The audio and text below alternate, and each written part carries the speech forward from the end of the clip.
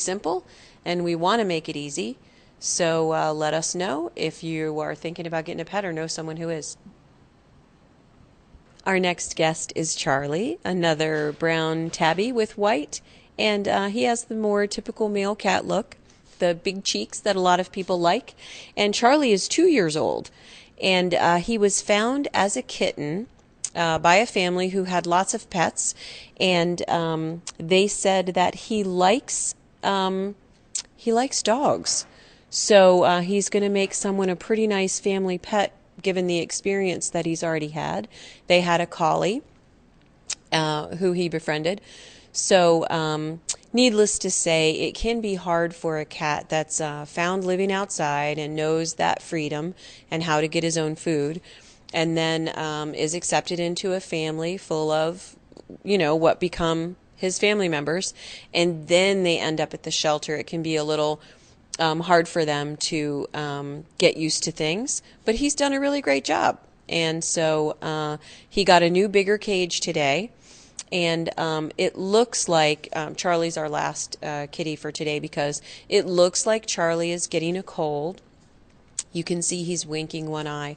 So that is contagious to other cats, and that means that Randy will be dealing with dogs for the rest of the time that he's here today. But one of the things that can happen to cats when they come into the shelter, even though we give them vaccines for all of the typical cat viruses that are passed around, it does take a little bit of time for the vaccines to work, and there are a lot of colds that we don't have vaccines for. So Charlie is going to get over that the way that we all do, eating, feed a cold and starve a fever, and taking care of himself and getting pampered until he feels well. We don't take cats that have mild upper respiratory infection signs off the adoption floor because they don't necessarily like to move. And we also want them to still have the chance to be seen and adopted. Now, if they feel badly enough that they don't want to eat, they have a fever or something like that, then we put them back in our hospital room until they feel better. But it is really better for them to get a home as soon as possible. So our volunteers handle these cats by, we place a little mark on their name tag, letting them know not to let them touch other cats and hand sanitize between animals.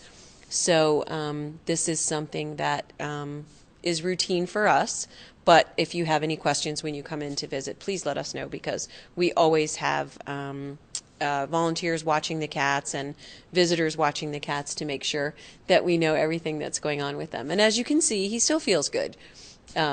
He is just potentially getting a little kitty cold. So if you think you know someone who might be interested in Charlie or a cat like Charlie, then please remind them about the animal shelter and that we have so many animals here. We are always willing to work with you to find the right one and make a good match. We are going to take a short break, and then we're going to come back with some more adoptable animals for you to view. And hopefully we'll make some matches today. Almost every day we have animals leaving the shelter to their adoptable homes, but since we take in an average of 15 a day, we could always use more.